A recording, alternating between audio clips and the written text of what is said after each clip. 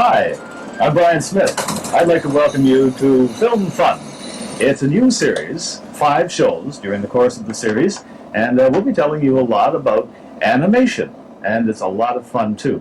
Now, animation means many different things to many different people. You'll meet some of them throughout the 5 shows that you'll be seeing, and you're going to meet 3 of them on this show. First of all is Nancy Stoller, weighing in at around 40 pounds or so. Nancy is living, breathing proof that making home movies can't hurt you a bit. Of course, she showed us that in the opening of the show. Now, we have BMS. He's the brains of the show here. Bryan Michael Stoller is the name, and Super 8 home movies are his game. He's just zonked out about animation in general. In fact, I understand that you're planning to animate your pen so that you get 100% in every test you take, eh? Bryan and Nancy will be here each week to kind of help us unlock some of the mystery behind animation. And of course, each week we'll also have an expert who'll be along just to kind of keep us on the right track. Now, on the subject of experts, here's one.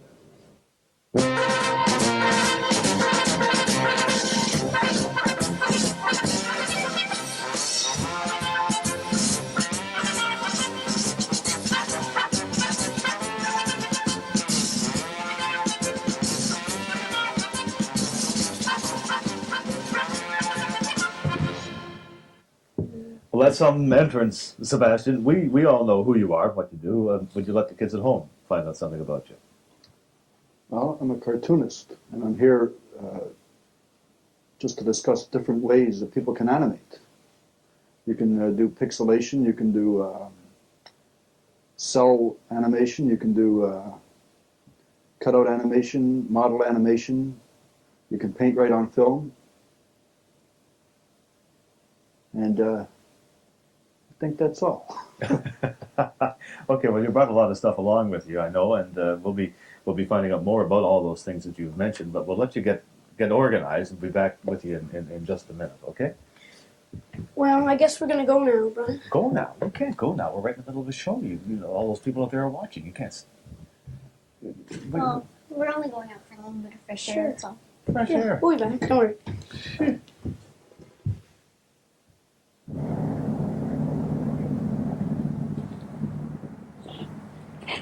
You know, I started working with films about a year ago, and I think that, from my first film, I've improved, every film I've done.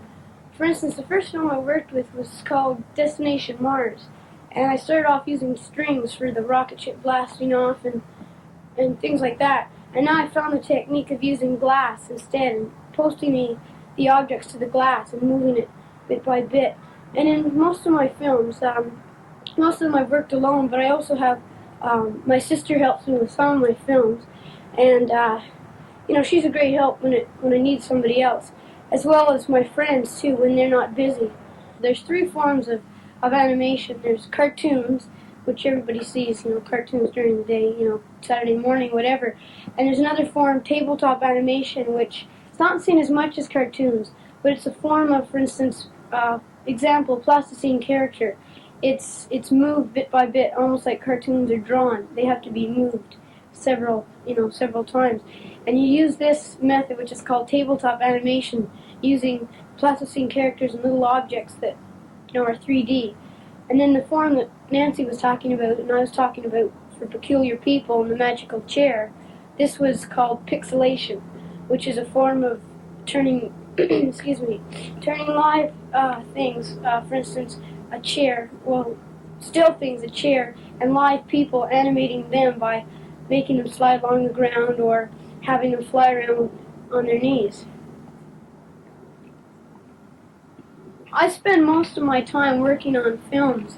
For instance, after school, as soon as I get out of school, I run right home if I'm working on a film, and I work fluently. Like, for instance, if I'm working on a film and I've got the idea, I go downstairs to my workshop, and I can work there 6-7 hours non-stop.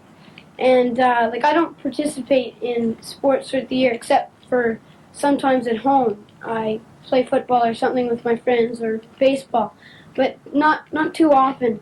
And I think the best time for my filming is during the winter, because I'm closed in the house all the time, and it gives me more time. And my parents, they're a little worried about me working on my films too long because they think it's going to interfere with my schoolwork. But usually when I do my films during the week, I usually do them after school, after supper, or the best time is during the weekend. But I don't think it will interfere too much with my schoolwork because, for instance, I did one film for school called Confederation Canada, and it helped me quite a bit with my subject, and I got a good mark on it as well. So I don't really think that it'll interfere too much. But as I was saying, I do spend quite a few hours on my films at one time. Most of the films I've worked on are original, but some films I've gotten ideas. Like, for instance, Norm McLaren did a film with a chair. But I got an idea of using a chair called the magical chair. But the idea with the chair moving was his idea. I make up my own stories. All my stories that I've done are pretty well original.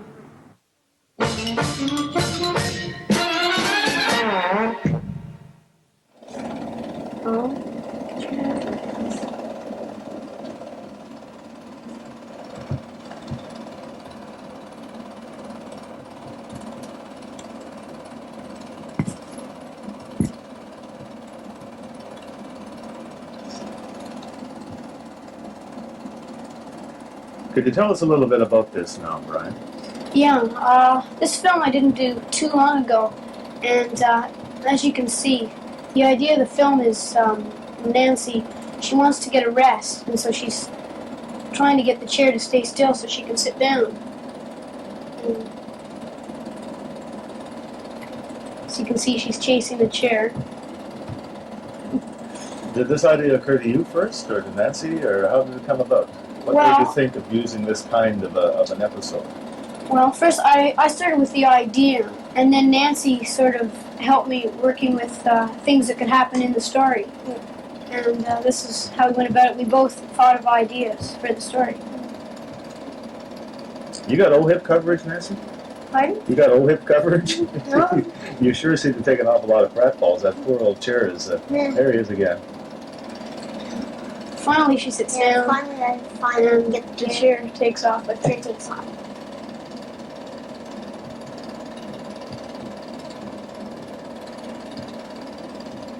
And then after this I've got the credits, which were done on a typewriter. Oh, I see, yeah. Chair by chair. Blue Girl by Nancy, Chair by Chair. Story made by Bryan Stoller. Spelled pixelation wrong.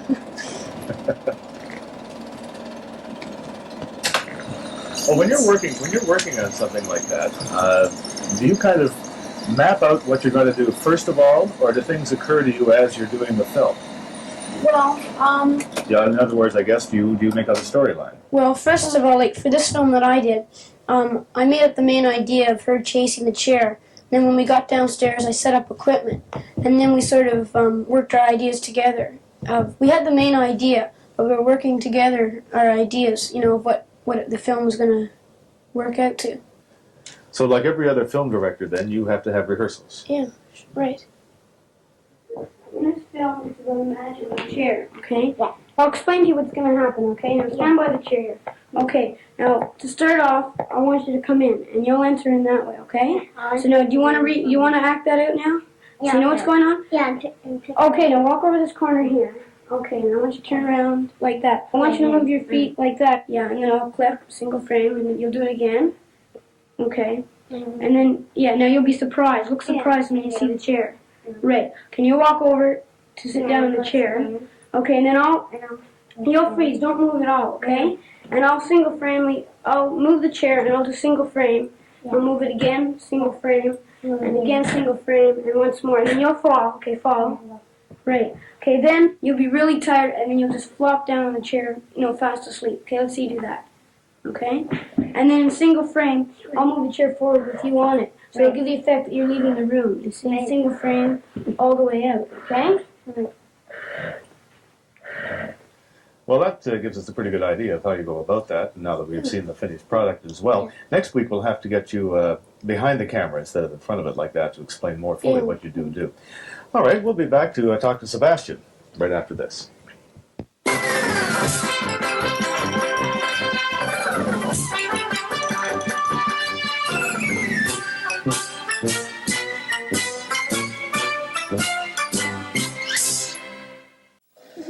Well, I've been watching out of the corner of my eye as we were doing stuff over there, Sebastian, realizing that you were getting your stuff ready here. So you are all set. Could you show us some of the stuff that you've done and talk about it? Yeah, I did this little hockey player, which took me about a week to do, and it's only 10 seconds long. First, I do all the key positions first, which would be little hockey player is skating. What you do is the first drawing you do is where the foot lands. Yeah. And the next drawing you do is where the other foot lands. And after that, you can figure out how many drawings you want to do in between, Oh, I see. from one step to the next. That's If you wanted to go slow, you could do 10, 20 drawings. Oh, I see. So what you mean is the more drawings you do, the slower the action, and the faster the action? The more drawings you do, the slower the action. Yeah. Right. Right. I see. Because you see, when Bryan does his animation films, he doesn't really use that kind of a step. Like, he'll start with like a certain movement or something that he wants to do, and he'll start with one. Like, he'll go through the series, and then he'll sometimes repeat it, and so he like an ordinary walk Yeah. or something, Right. He doesn't do it like the way you do. Mhm. He does it in between as he goes. Yeah, This well, is a startling film, Sebastian. I've seen it on television. Let's take a look at it now, and then perhaps you could explain why it would have taken you a week to do this 10-second film. well, we could look at it on regular speed first, and then later we could look at it frame by frame. Okay. Sure. Okay?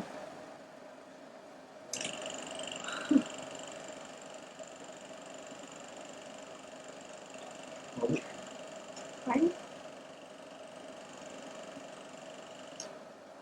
Yeah, That is- the good old Ottawa Nationals. They're no Yeah. longer here in Ottawa. That's really Now we have to roll back the film, if I knew how to do it. Is there a reverse button on there? Reverse, yep. Okay. And this should get us back. Okay, there we go. I'm gonna look at it backwards. Yeah. That was an inspiration to have that stick Yeah. repeated that way. That was a very good effect too. I Yep. thought. You gonna show it to us slower now then? Stop. Yeah, slower. Right. Let's do it on 4 frames Okay. per second.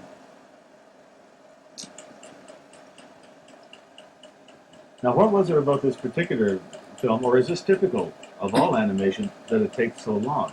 Yeah, because there's a lot of drawings involved. Well, how many drawings were involved in this? Well, we could count We're them. seeing them now. Eh? Yeah, right. There's a key drawing. There's another key drawing. Let's see. Goes up into the air. When he lands, that's a key drawing. There. So then you can make the rest of the drawings Figure out from that key drawing. the drawings in between. Right. When he hits the puck, that'll be a key drawing. Because then the puck starts going the other way. There. I like your effect of the Yeah. stick being multiplied. See, this was done slower, Yeah. so that the audience could see it. And also gave the effect because the puck always travels at a Right. quick speed. So there were what? Maybe 100 frames there, or that many? Well, 10 seconds, there's 240 frames. 240. Yeah. It didn't seem to be that many. Why the different colors? Like you alternated between Red and blue. Yeah. I just want to try something different. As an effect, I guess Yeah. you'd say. Sure. Red and blue, when you see it quick, if you know it's red and blue, then you'll see it, but if you don't, it'll just turn into a purple. Yeah, Yeah. It gave me the impression of speed and movement. And of shadowing too, maybe in some ways. Yeah, you could get a feeling that a person is alive. That's really Yeah. nice to me. All animation, it requires, as you know, lots of little work. Yeah. Like Norman McLaren once said, it's not the drawing that counts, it's what's in between the drawings. It's not what you see on the frame, Yeah. it's what happens in between. It's how each drawing changes. You're not drawing a drawing, but you're drawing movements. Like this is sort of a sophisticated style of animation, like using cells. You can make very simple little animations. When you say cells, you mean Clear vinyl. On this one, there's no background, but if you watch cartoons on television, there's a background. Yeah. And those characters are moving. If you paint them on cell, you can see the background behind it. Through it. That's one of the reasons that, Yeah. that it's used. Right. So in that one, you just laid a piece of celluloid on a clear background, on a white background, Yes. and drew right on it, and then took the picture of it. Right. And that's all there was to it. Yep. So Well, that's all there was to it. I don't mean it that way. yeah. So how many drawings did you do through it, that whole film about? For that little 10 seconds, Yeah. 60. 60 drawings for 10 seconds. Yeah. I could have done 240. Yeah. How long did it take you? Refused. Yeah. How long did it take you to do that film? A week. Took you a whole week for 10 seconds. Yeah. Mhm. There was drawings coming out of my ears. I can imagine. Yeah. Can we move on to another example then? Yeah. I don't know what's on the real mix. We'll have a look. That's all. Just before we continue on, but I wanted to say about that animation. It gave strength and power to me. The separation. Yeah. Now this. This one is very interesting. This is just a study. This isn't a cycle, is it? Repeating of Yeah, drawing. this is a cycle, which means that You use the you same use the drawings over and over. Right. I just wanted to try and make a head turn. Here's another little one. The girl walking.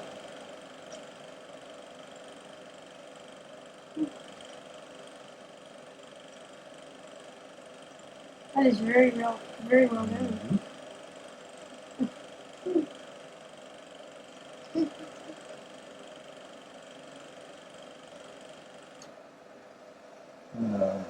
And that was a commercial film. It's crucial. Well, what were the techniques that you used in that No, were I different just- from the other one? Instead of I didn't use paint. I used crayon, You use crayon for that Yeah. one, did you? and so you get sort of a boiling effect. Oh, I see. So there's different ways of doing it then for using. Whatever you can think of. So you can use paint and crayon and Yeah, you can work on cell. You could also work on paper. paper.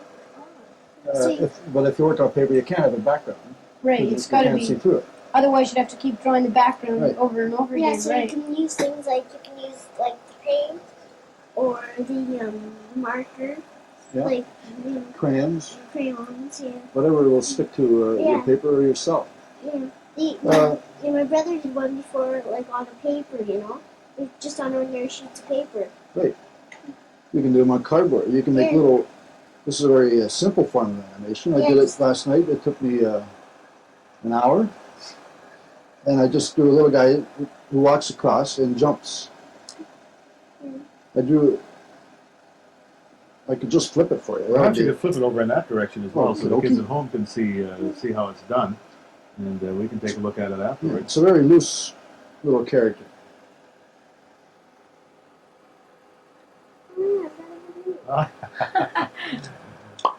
Yeah.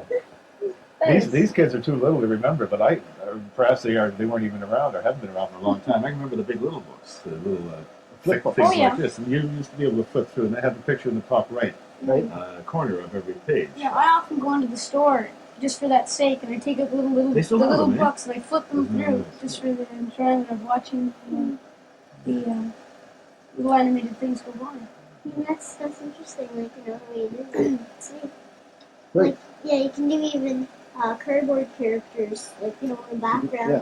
Well, do you know what that's called when you use cardboard characters? I've forgotten that. Cut out. It's form of Yeah. cutout Right. animation. Yes. Right. I'm just doing a film now with cutouts.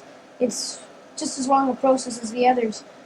Well, I mean it's fairly long, not as long as doing animation because the drawing is there for you. But you've got to move the drawing. You've got to cut out its arms and legs, and you've got to attach twisters or something to make them movable.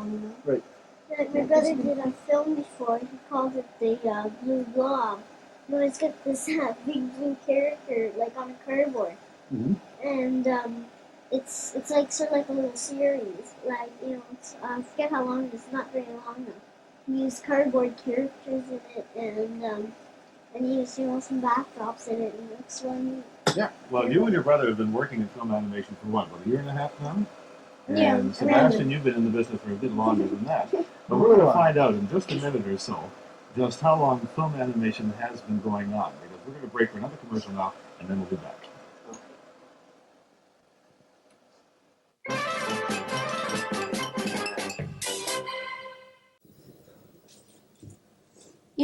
film animation is really quite old. Yeah, really old. Yes, the boy's quite right. So is Nancy.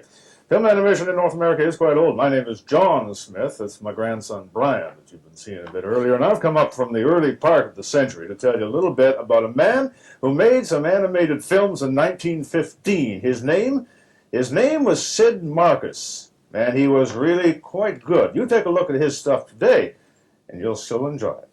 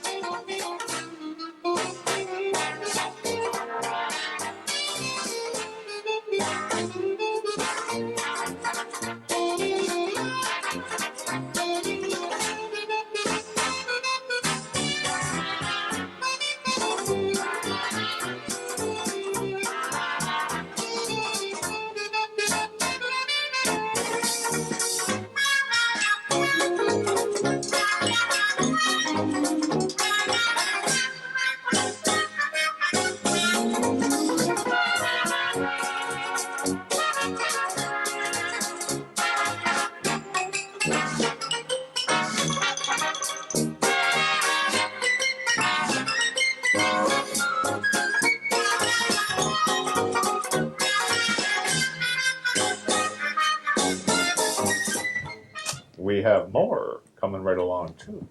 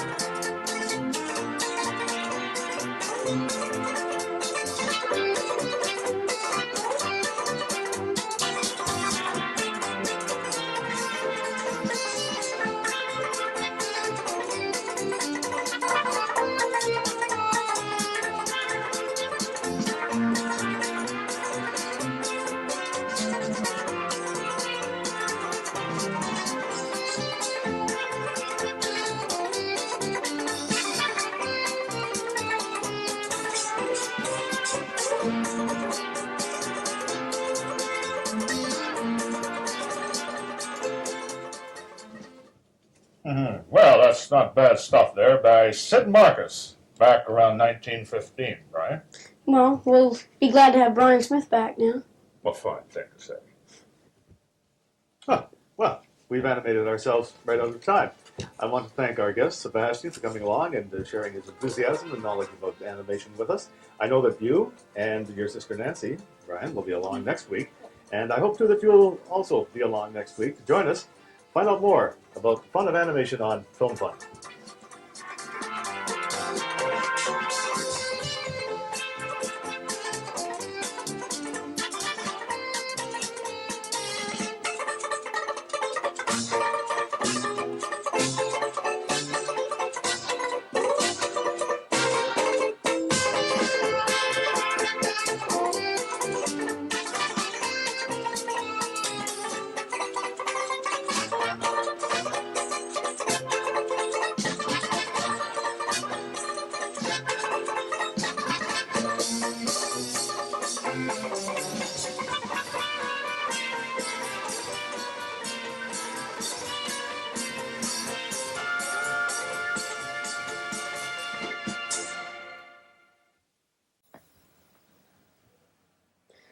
Some of the films I've done for causes. For instance, one film I did for a carnival against muscular dystrophy. And I've also done a number of pollution probe films too. And I've thought about it, and I've been thinking that I shouldn't just sit down and work on a film that has no cause. Like, for instance, I've done a number of films before I got my new camera.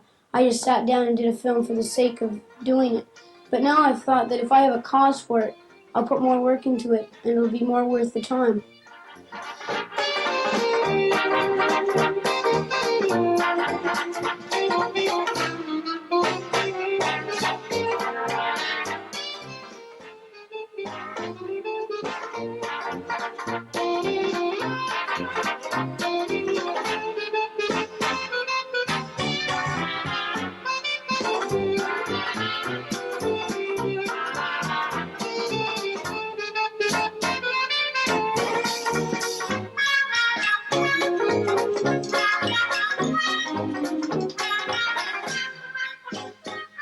Hello, I'm Bryan Smith, and this is another Film Fun show. And Bryan Stoller and his sister Nancy and I were just talking about, it really looks like they're having fun. They're doing that film animation, that fast stuff at the top of the show. But that's not the way you really do it. Eh? It's all part of the secret of shooting some frames at a time. Anyway, people, every week on Film Fun we have a chance to take a look at some of the films that you're into and that you have done or are thinking about doing. We're going to take a look at one that you have done. Right. And that film is called Let a Tree Be Free. And this film I did for Pollution Probe. If you watch closely, you'll be able to see what kind of pollution it's pointing out. So let's have a look at the film now then, right? Right. Okay.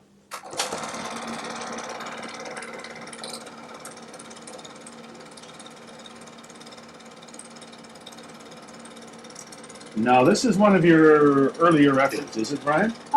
Yeah, I did this film during the summer. And What are you pouring down there to create yeah, the that feeling didn't of come out too well. That was one of the problems. It was supposed to be Snow. but it's really a baby powder, and it didn't come down too even. Yeah, you're getting your pen into the shop there, Nancy. And in this part here is the it's blooming. Did you have a little problem with focus sometimes? Yeah, this camera. This is the new camera I got. It was the second film I did, and it had you had to adjust to the focus, and I had 5 feet put down, but I was 4 feet. You see, so that's why it was a little bit out of focus. Where did you get the idea? Well, first of all, like I've done a number of other pollution probe films, but one of them was with land pollution, and I wanted one for air pollution, and I just got the idea of a living tree, you know, and it's really tree, which has to do with pollution, and I did this one for pollution probe, and I did this film not too long ago during the summer, and I've got some of the characters from it as well. Nancy, you want to get the rest of the trees, please? Now this is the main tree of the whole film, and well, the film is centered around a tree and its growth, and it's showing how it's affected by pollution. And in the film, you see it growing, and a number of people have asked me how I've done that. I made 4 trees, and to start off, I put this one tree here, and I filmed it for about 2 frames. Then I removed it, and I put the second one on, which was quite a bit bigger, and I framed that for 2 frames. And I removed that one again, and I took this one and put it on.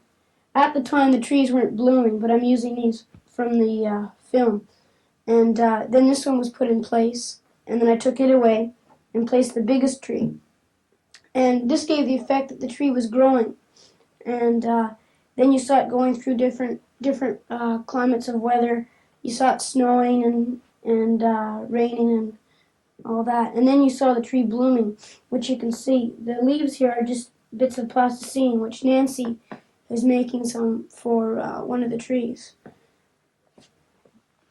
You see, the leaves are just pieces of plasticine, which I put on the tree one by one to give the effect of blooming. And in the story, I have my little character up here. This is he again is the main character of this story, where he's riding in a car, which is just a cardboard drawn up as a car with a little cardboard stick on the back to prop it up to give the effect of cartoon among 3D figures.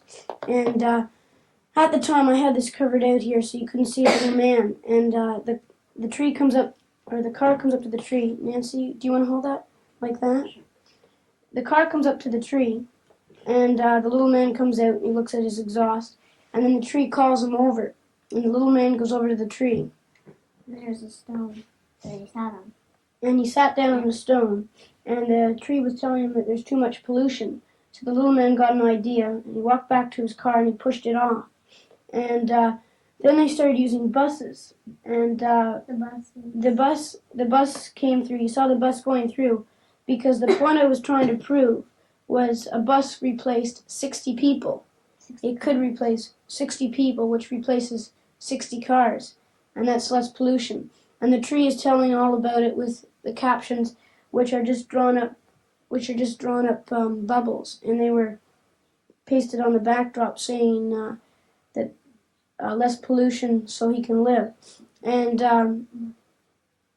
another part in the film was a bus stop where you saw all the people coming to the bus stop. Brian, I'm just going to take the little tree here and finish the leaves, okay? Okay.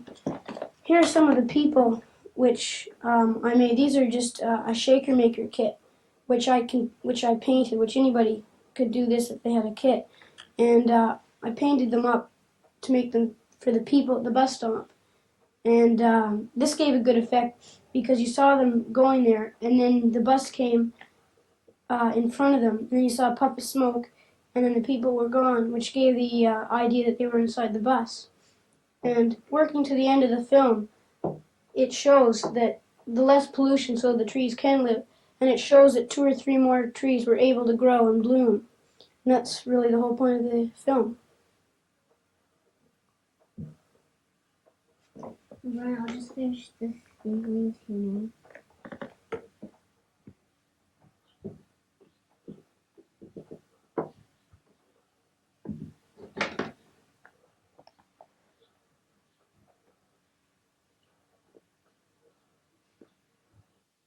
There you go again, exploding all the mystery about animation. That was very interesting the way you described the way you did things. That's it's good to know that there is some kind of sense and system to the whole process. Well, that's the film from the Stollers, and we're going to have a film that was made back in 1909, a bit later on the show. We'll also be talking to our guest on this week's show, who'll be telling us something about Sesame Street animation. That all happens a bit later on. Right now, we're going to take a break for a minute.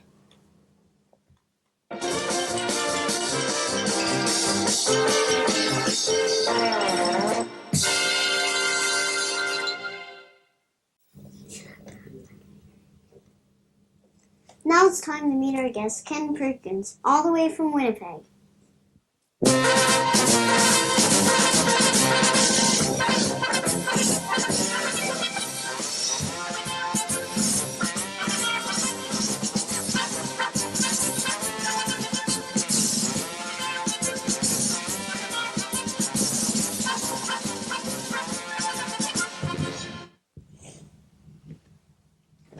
That sure was a tough entrance.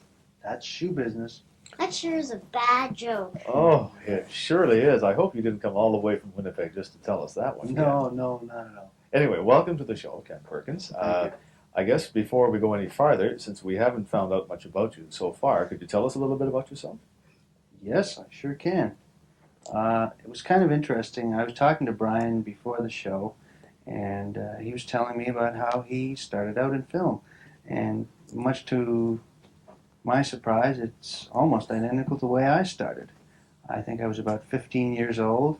I had a keen interest in film, and I went and sold my bicycle and bought my first 8mm camera and started experimenting, just having fun with it. I don't think maybe you were really as bad off as I was because, first of all, I didn't have a tripod, so I had to tape my camera to a bunch of books on a table, and I had to use 60-watt light bulbs until I finally bought 150-watt light bulbs. And, I didn't have the professional, really the professional equipment that was needed. That's And, probably going to be to your advantage, though, because I have found that a lot of the nicest little films I've seen have been films that were made with a minimum of equipment and materials. Is that right? And the reason is that I think that with the limited equipment and facilities, you have to innovate. You have to be inventive. You have to come up with different ways of doing things. And sometimes the results can be pretty astounding. Right, so really it depends mostly on the story and how you arrange it. So if anybody wanted to try it and they didn't have, if they didn't have $5,000 worth of equipment, it doesn't really matter. It really depends on their knowledge and really their skill of what they're doing, I guess. I wouldn't let the lack of funds stop me. I think the main thing is just to go out and have fun and enjoy it That's right. and experiment. Well, the lack of fun certainly didn't stop you. Here you are with your own company. That's right. And you're producing animated cartoons for Sesame Street, among a lot of other things, but that's what we thought we could talk about as a result of your visit here today. Right, great, sure. What I've have you brought got along some film. and perhaps we can take a look at some of the items. Okay. Sure. And if you want to ask me any questions about them. Okay. Yeah. We'll get used to the projector here. There we go. I think you've done it. Now, has this already been shown on Sesame Street? It has. It's running right now, as a matter of fact. Oh, I think I've seen that one, right? When did you make this cartoon? We made this one last year. What was the it was purpose? on was it on last year or what? It's been on, no, it wasn't on last year. It just started running Just in this year? 1974. Yeah, I've seen this once. Is this that part like where they talk about the different parts of the country, eh? That's right. And this item was used just to introduce us to different parts of the country. Yeah. When Next- did you? I'm sorry, go ahead. When did you start making the films with Sesame Street? About 3 years ago. How many did you make so far? Oh, I think altogether we've probably done about 40 of them by now. It's quite a bit. This one we're looking at now, about how many cells would you say that it took for this entire one, this rooster? Well, roughly speaking, Brian, I'd say probably about 60 to 70 cells. Are there a number of cycles in there? Because it seems like There are quite some long. cycles in there, yes. We've got some. And you want to slow this down a little bit, single frame, and give an idea of the movement, maybe, of the speed? Mm-hmm. Sure can. What were these films follow the same purpose as all the Sesame Street things? They're instructional films. They lead into subject matter, do they?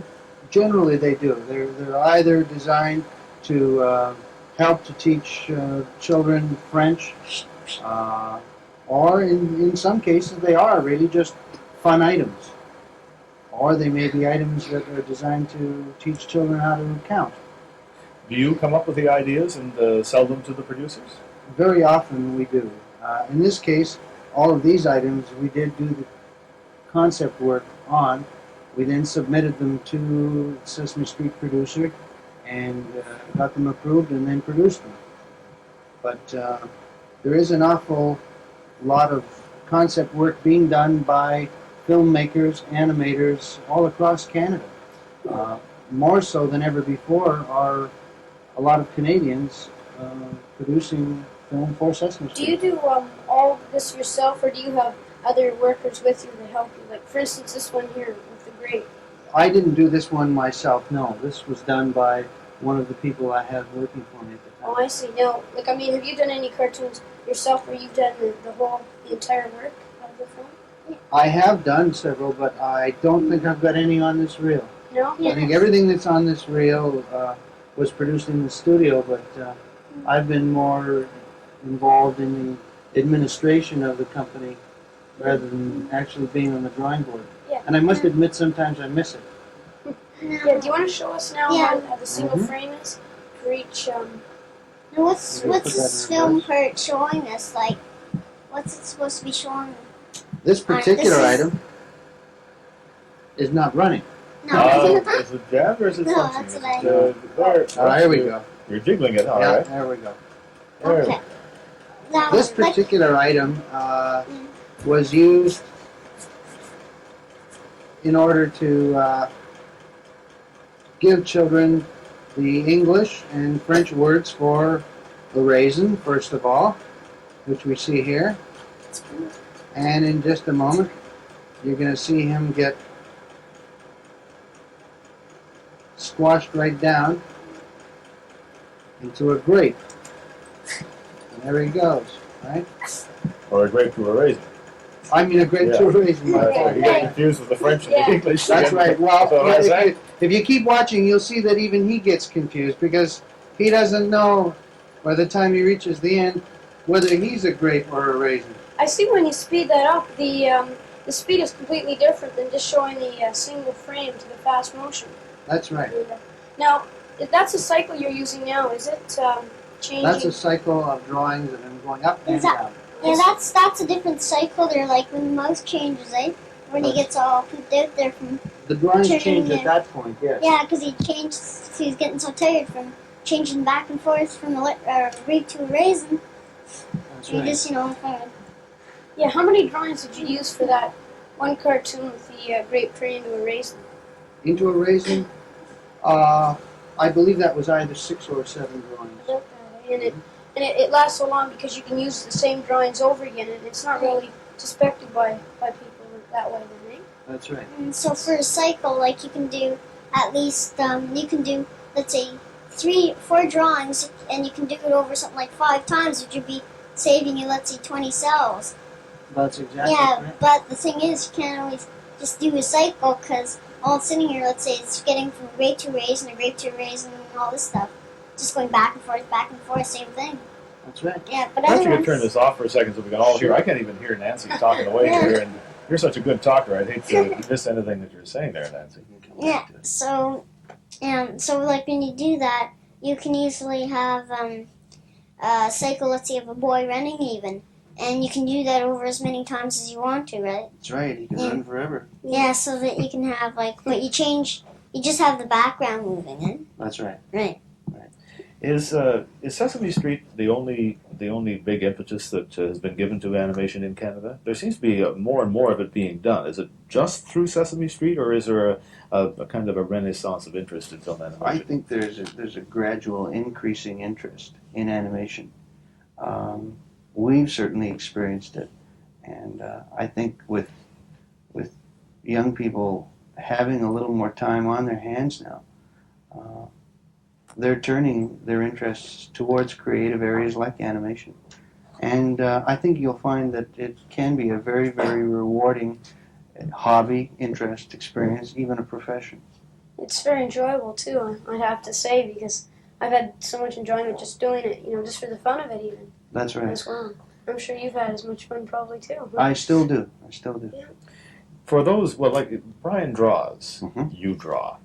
You're the only two animators I know, and you both draw. So, do you have to be able to draw to be an animator? It would help, but it's not absolutely necessary. I think probably two of the biggest prerequisites for being an animator would be to have a good sense of timing. And by that I mean you have to have an idea of how things move and how quickly they move. For example, if I took my hand and moved it from the edge of my chair up into the air, you would have to be able to figure out approximately how much time that took. Which movement would be faster?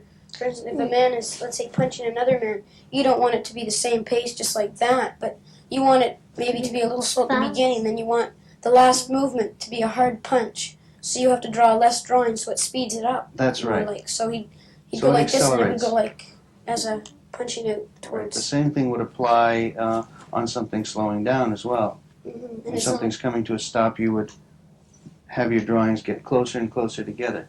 The Yes. movement between drawings would be less and less until it came to a stop. So you would, like, let's say if you wanted, like, for instance, like Brian said, if you want to punch someone, you can start them off really, really slow down here, eh?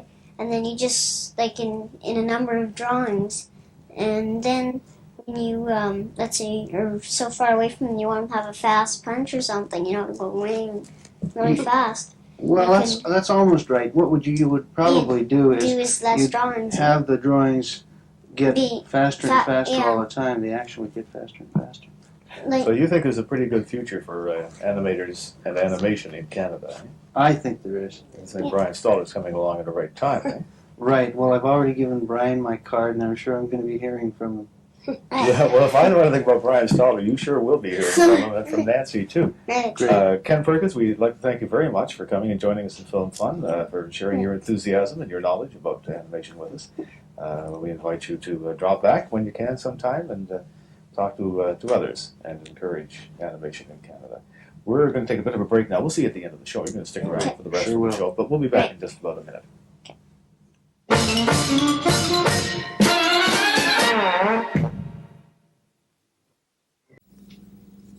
And now we will see an old animated film called Little Nemo by Winsor McCabe. This film was made around 1909, and that's about the time that this old guy started hanging around. Well, ignore that mark there, young lady. That's a terrible thing to say.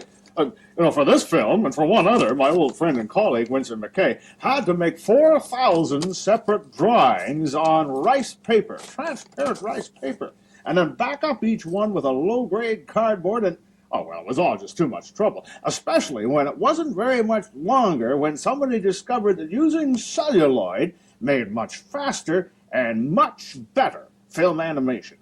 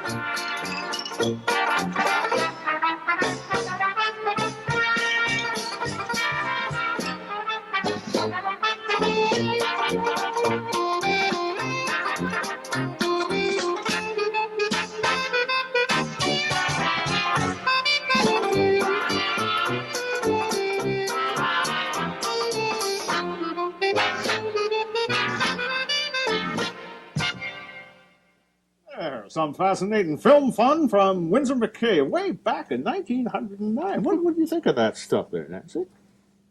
Well, it was really, really well done, the way the animation was done and the way that he drew the character in such speed, and it was really well done, like at the end part where it's like the two end characters were in like a mirror. It's really well done. It was really good.